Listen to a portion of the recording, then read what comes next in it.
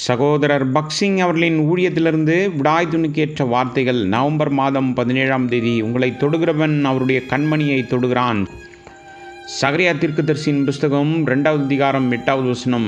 நாம் நம்மை தாழ்த்தி எல்லா பாவங்களையும் அறிக்கையிட்டு அவருடைய வார்த்தைகளுக்கு கீழ்ப்படிந்து அவருடைய இரக்கத்திலும் தயவிலும் நம்பிக்கை வைக்கும்போது அவர் நம்மை மன்னித்து நம்மை மீட்டெடுப்பார். ஜெருசலேமுக்கு போகும் வழியில் தேவ ஜனங்களின் இருதயங்களில் புதிய மகிழ்ச்சி தோன்றி மேலும் மேலுமாக அதிகரித்தது போல ஒவ்வொரு சோதனையையும் பரீட்சையும் நாம் கடந்து செல்லும்போது நம் மகிழ்ச்சி மேலுமாக அதிகரிக்கும். கர்த்தராகிய இயேசு கிறிஸ்துவை நம்முடைய இரட்சகராக நாம் ஏற்றுக்கொள்ளும்போது அவரே நம்முடைய நீதியாக மாறி நம்முடைய பழைய மனிதனை சிலுவையில் அறைந்தார் என்றும் நம்முடைய இருதயத்திலிருந்து அவைகளை நாம் விசுவாசிக்க வேண்டும். இப்படியாக நாம் செய்வோமானால் தேவ பக்தியற்ற ஜனங்கள் நமக்கு தீங்கு செய்ய தேவன் அனுமதிக்க மாட்டார். சங்கீதத்தின் புஸ்தகம் 125வது சங்கீதம் 3வது வசனம். அவரே நம்மை தண்டிக்கக்கூடும், ஆனால் தேவ பக்தியற்ற மனிதர்கள் நம்மை தொட அவர் ஒருபோதும் அனுமதிக்க மாட்டார். என்னாமத்தின் புஸ்தகம் 23வது அதிகாரம் 1லிருந்து 9வது வசனம் வரை உள்ள பிலேயாமின் காரியத்தில் பாலாக் ராஜா எப்படி இஸ்ரவேல் ஜனங்களை சபித்தால் பிலேயாமுக்கு ஒரு பெரிய வெகுமதியை வாக்களித்திருந்தான் என்பதை பார்க்கின்றோம்.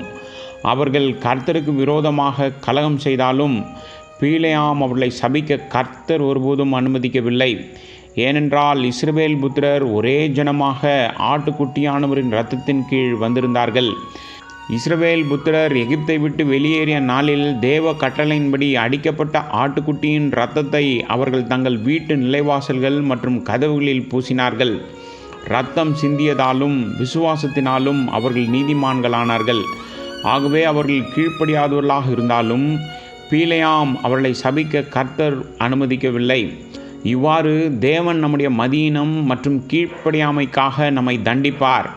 ஆனால் எந்த தேவ பக்தி அற்றவர்களும் நமக்கு தீங்கு செய்ய அவர் ஒருபோதும் அனுமதிக்க மாட்டார். அவர்கள் இவ்வாறு செய்ய பல வழிகளை முயற்சிப்பார்கள், ஆனால் தேவ ஜனங்களை அவர் நன்றாக பாதுகாப்பார்.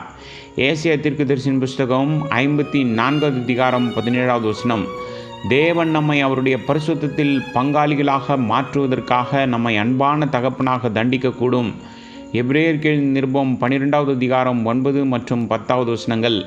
அதே சமயம் தேவ பக்தியற்றவர்கள் நமக்கு தீங்கு செய்ய முயற்சிப்பதன் மூலம் நம் மீது வெறுப்பையும் பகைமையும் காட்டுகின்றார்கள். தேவனுடைய நீதியை நம்முடைய நீதியாக அறிக்கையிடுவோம். அதே சமயம் நாம் சுத்திகரிக்கப்பட்ட அவருடைய விலையேறப்பட்ட இரத்தத்திற்காக கர்த்தராகிய இயேசு கிறிஸ்துவுக்கு நன்றி செலுத்துவோம். ஆண்டவரே, நாங்கள் தவறினாலும் உம்மை வருத்தப்படுத்தினாலும் நாங்கள் உமது ஜனங்கள். நாங்கள் எங்கள் பாவங்களை ஒப்புக்கொள்கிறோம். தயவு செய்து நீரே எங்களை தண்டித்துவிடும். ஆனால் தேவனற்றவர்கள் எங்களை தண்டிக்க அனுமதியாதேயும். இப்போதும் நாம் கர்த்தருடைய கையில் விழுவோமாக. அவருடைய இரக்கங்கள் மகா பெரியது, மனுஷர் கையில் விழாதிருப்பேனாக என்றான். இதைதான் தாவீது செய்தான். 2 சாமுவேல் புஸ்தகம் 24வது அதிகாரம் 14வது வசனம். தேவன் தமது சொந்த நீதியினால் நம்மை நீதிமானாக மாற்றும்போது மீட்கப்பட்ட தேவ ஜனங்களாக நமக்கு எவ்வளவு பெரிய பாக்கியம் கிடைத்திருக்கிறது. கர்த்தரை நம்புகிறவர்கள் என்றென்றைக்கும் அசையாமல் நிலைத்திருக்கும் சியோன் பர்வதத்தைப் போல் இருப்பார்கள். சங்கீதத்தின் புஸ்தகம் 125வது சங்கீதம் 1வது வசனம்.